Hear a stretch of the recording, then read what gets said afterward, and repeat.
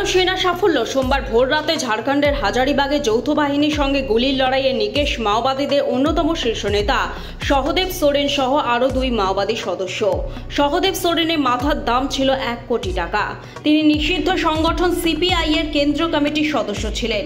নিহত আরও 2 মাওবাদী সদস্য হলেন রঘুনাথ হেমব্রম ওরফে চঞ্চল এবং বীরসেন গাঞ্জু ওরফে রাম খেলওয়ান। রঘুনাথ মাওবাদীদের বিহার ঝাড়খণ্ড স্পেশাল এরিয়া কমিটির সদস্য ছিলেন। তার মাথার দাম ছিল 25 লক্ষ টাকা। আর বীরসেন ছিলেন জোনাল কমিটির সদস্য। তার মাথার দাম ছিল 10 লক্ষ টাকা। গোপন সূত্রে খবর পেয়ে সোমবার ভোরে অভিযানে নামে কোবরা ব্যাটালিয়ন, গিরিডি পুলিশ এবং হাজারিবাগ পুলিশের যৌথ বাহিনী। ভোর 6টা নাগাদ ঝাড়খণ্ডের তাঁতিঝাড়িয়া থানা এলাকার গিরিডি বোকোরো সীমানার কাছে কারান্দি গ্রামে যৌথ বাহিনী এবং মাওবাদীদের মধ্যে শুরু হয় গুলির লড়াই।